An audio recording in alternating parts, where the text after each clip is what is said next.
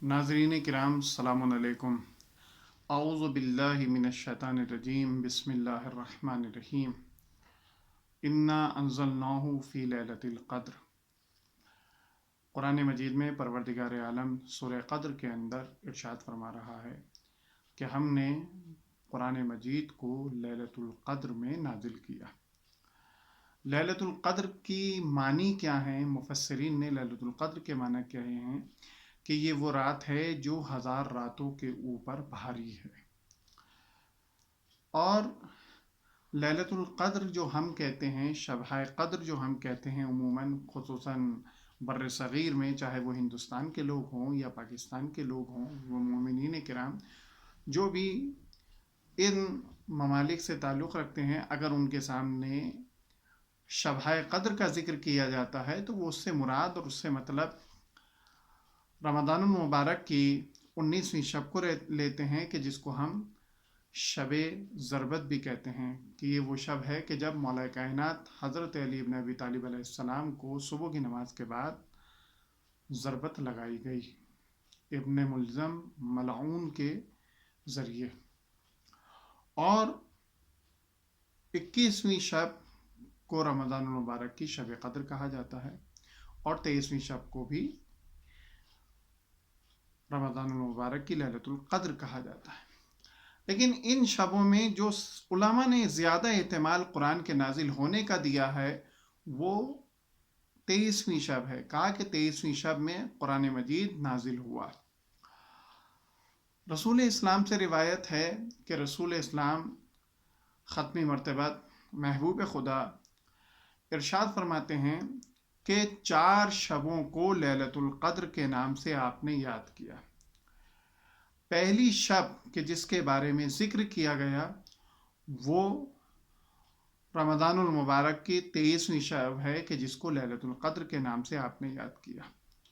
दूसरी रात कि जिसको रसूल ने लैलतुल क़द्र कहा, जिसको रसूल ने बहुत अच्छी रात कहा, जिसको रसूल ने वेरी नाइस नाइट कहा, वो शब विलादत बसादत इमाम ज़माना अलैहिस्सलाम है।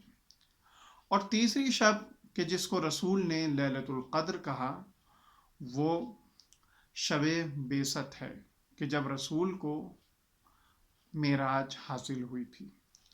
और चौथी शब के जिसको रसूल ने शब क़द्र के नाम से याद किया है वो गदीर शब ईद गदीर है कि जिसको लैलतुल क़द्र के नाम से रसूल ने याद किया। इन शबों में जो रमज़ानुल मुबारक की ये 3 मोतबर शबें हैं, चाहे वो 21वीं रमज़ान की हो, चाहे वो 19वीं रमज़ान की हो, चाहे वो 23वीं रमज़ान हो, तो इनकी ये जो 23वीं की शब है, 21वीं की शब है, 19वीं की शब है, इसमें कुछ अमल ऐसे हैं कि जो तीनों शबों में एक से हैं, जो तीनों शबों में मिसल हैं। इसमें ना कोई मुश्किल है, ना कोई परेशानी है, ना कोई दिक्कत है, कुछ नहीं है। क्या अमाल एक ही हैं कि इंसान ने जो पहली शब में अमल अंजाम दिया यानी 19वीं की, वही 21वीं में देना है, फिर उसके बाद वही 23वीं में देना है। लेकिन कुछ अमल ऐसे हैं कि जो हर शब से मंसूब हैं।